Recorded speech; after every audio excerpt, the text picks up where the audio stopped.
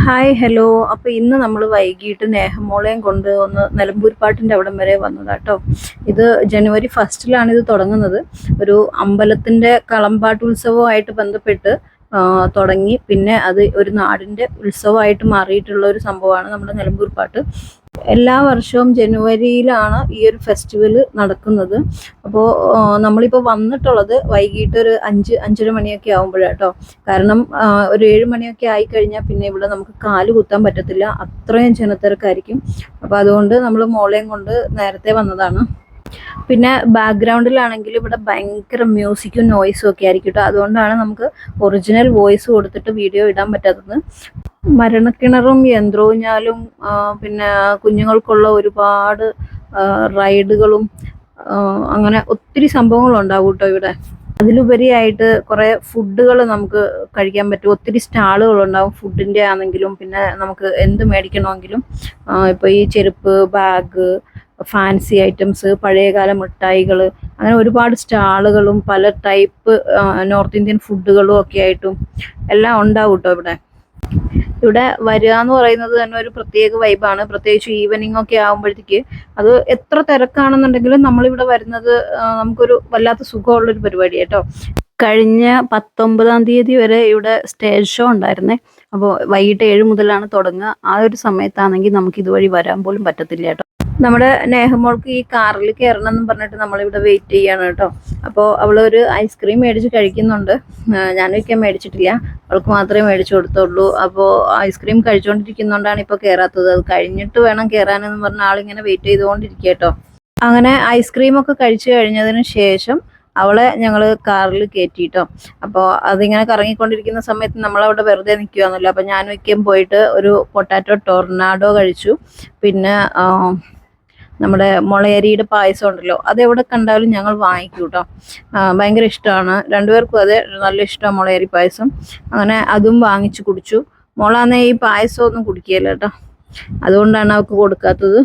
അതുകൂടാതെ അവൾക്ക് 1-2 ടോയ്സ് ഒക്കെ മേടിച്ചു കൊടുത്തായിരുന്നു കേട്ടോ. കാരണം കുഞ്ഞുങ്ങളെയും കൊണ്ട് നമ്മൾ ഇങ്ങനെയുള്ള സ്ഥലങ്ങളിൽ പോയി കഴിഞ്ഞാൽ എന്തായാലും അവർ ബഹളം വയ്ക്കും. ഇവള് പിന്നെ ഭയങ്കര ബഹളമൊന്നും വയ്ക്കത്തില്ല, എന്നാലും പറയും എനിക്ക് അത് വേണം മെച്ചി, ഇത് വേണം മെച്ചി എന്ന് പറയുമ്പോൾ നമ്മൾ എന്തെങ്കിലുമൊക്കെ 1-2 മേടിച്ചു കൊടുക്കും, അത്രയേ ഉള്ളൂ.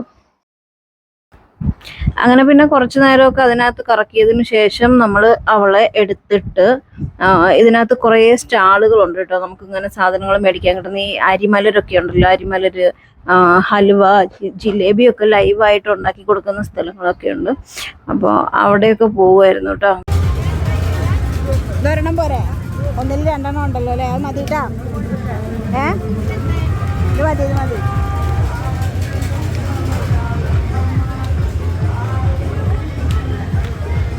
വേറെ എന്തെങ്കിലും പ്രത്യേകിച്ച് വേണേക്കാ? വേറെ എന്തെങ്കിലും വേണോ? മറ്റേ പുളിമുട്ടായി വേണോ? പുളി, പക്ഷെ ഇത് പുളിയുടെ പുറത്ത് പഞ്ചസാര കോട്ട് ചെയ്തിട്ടുണ്ട്. വേണോ? നിങ്ങൾക്ക് വേണ്ടേ? എന്നാ വേണ്ട, പോവല്ലേ?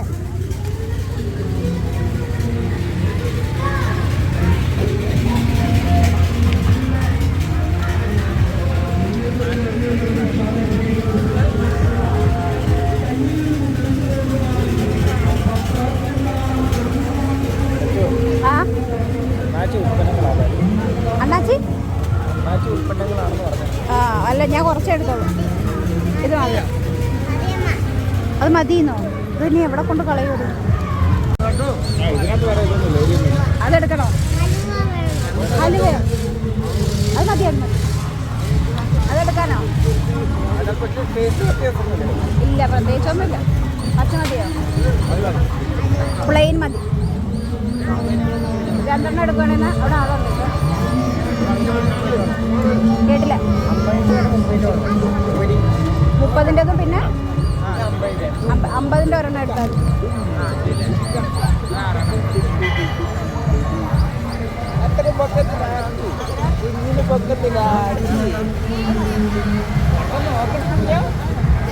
എല്ലായിടത്തും നോക്കോ?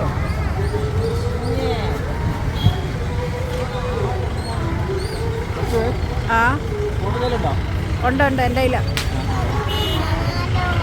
ഹലുവ വേണോ? ഹലുവ തരാം.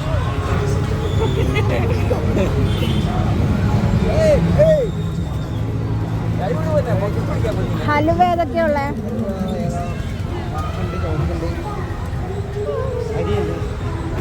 കുഞ്ഞനെ ഏത് ഹലുവയടി വേണ്ടേ? പറ, പെട്ടെന്ന് പറ. ഈ കളറോ? ഓറഞ്ച്? ഓറഞ്ച് ആണല്ലോ വേണ്ടത്. അര മതി.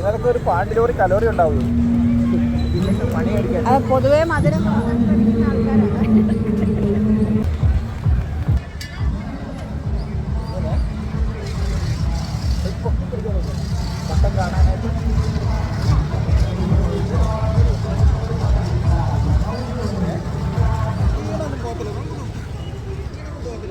എന്തുവാ അത്?